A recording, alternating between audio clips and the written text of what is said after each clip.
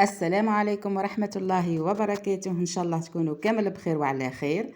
جيتكم في فيديو جديد، جبت لكم غاتو بريستيج العيد 2023 بكريمة حلوة الترك صابلي الريشة 2023 اللي دار حال على مواقع التواصل الاجتماعي.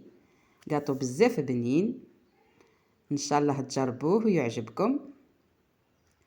هنا قسمت لكم حبة باش تشوفوه كيفاش يجي هشيش وبنين، ما عندي ما نقول لكم.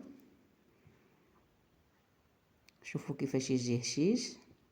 ان شاء الله تجربوه في هذا العيد ويعجبكم. بلا ما نطول عليكم نروح المقادير وطريقه التحضير. في اناء حطيت 125 غرام مارغرين طريه و3 مغارف كبار تاع سكر ناعم. هنا خلطتهم باللاسباتيل باش ما يطيرش هذاك السكر، وضربته بالضراب الكهربائي او الباطير. من بعد ضفت مغرف صغيره لافاني وصفار بيضاء ونضربه مليح حتى يبيض لنا الخليط. تحصلوا على كريمه بيضاء بهذه الطريقه. من بعد ضفت 2 مغارف كبار تاع نشا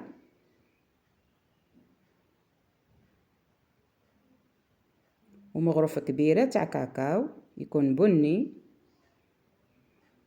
النوعيه تكون مليحه باش يجينا الكاطو بنين.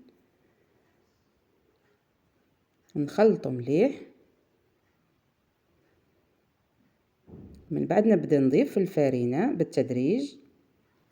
انا خلطتها في الاول باللاسباتيل وكي حسيتها بدات تنشف شويه حبست من لاسباتيل وكملت لميتها بيدي بهذه الطريقه باه نعرف القوام تاعها اذا تخصها الفارينه ولا مليحه. ضيفوا الفارينه بالتدريج وخلطوا البنات، ما تعجنوهاش باه الصابلي ما يجيكمش يابس حتى تتحصلوا على عجينه تكون طريه بهذا القوام. خليتها ترتاح واحد ربع ساعه.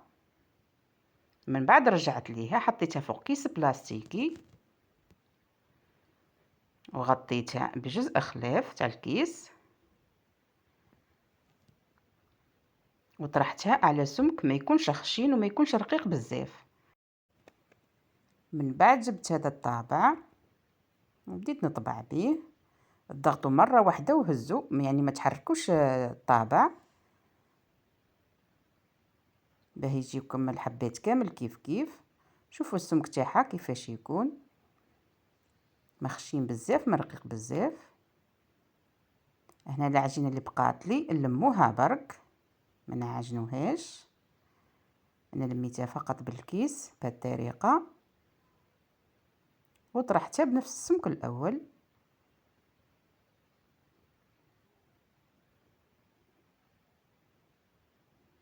هنا بعد ما كملت كامل العجينه اللي عندي وطبعتها حطيتها طيب.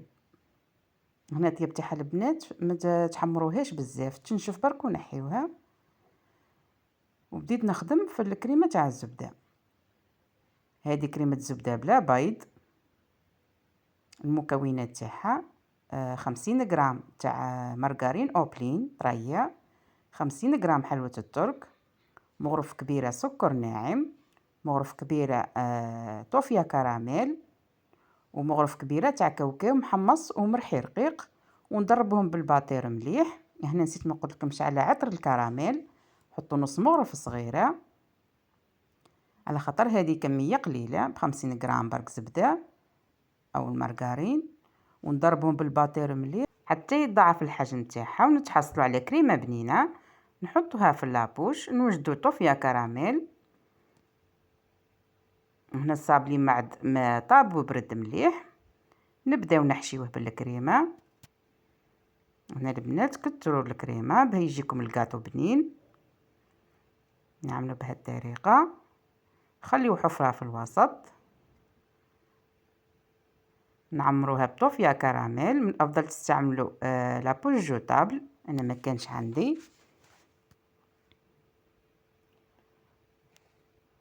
نضغطوا حاجه خفيفه برك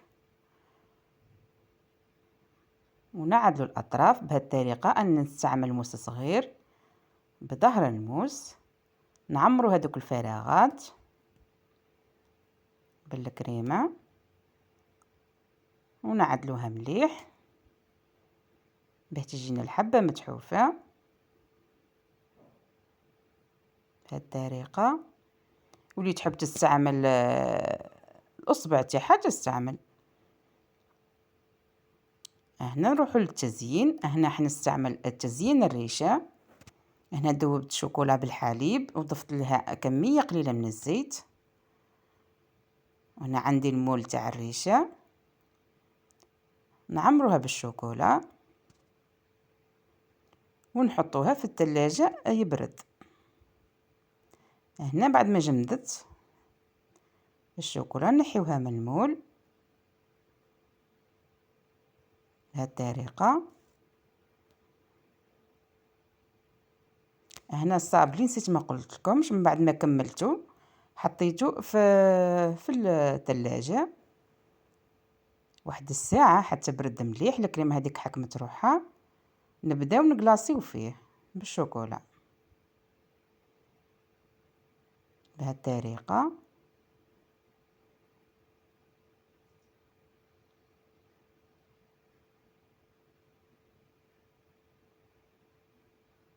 نحط على من الأحسن نحطوه في الكيس بلاستيكي باه ما يلصقناش، يعني يتنحل بسهولة. هنا بعد ما جمدت الشوكولا نقي الحبات تاعنا مليح من الأسفل من الشوكولا الزايدة بهذه الطريقة. هنا نستعمل الموس. هنا بعد ما كملت كامل الحبات رشيتها بالكاكاو بهذه الطريقة، وزدت رشيت بالناكخي السائل الذهبي بهذه الطريقة. أنا استعملت البانسو، نتوما من الأفضل تستعملوا فرشاة الأسنان راح تساعدكم أحسن من البانسو. وزدت زينت الريشة تاع الشوكولا، زينتهم الأطراف بالناكخي الذهبي ولصقتهم فوق الحبات تاع الصابلي بالشوكولا بهذه الطريقة حتى نكملو كامل الحبات اللي عندنا تاع الصابلي. انا الكميه تاع العجينه خرجت لي 14 حبه تاع كاطو، والكريمه خدمت لي 11 حبه. ان شاء الله تجربوه في هذا العيد ويعجبكم.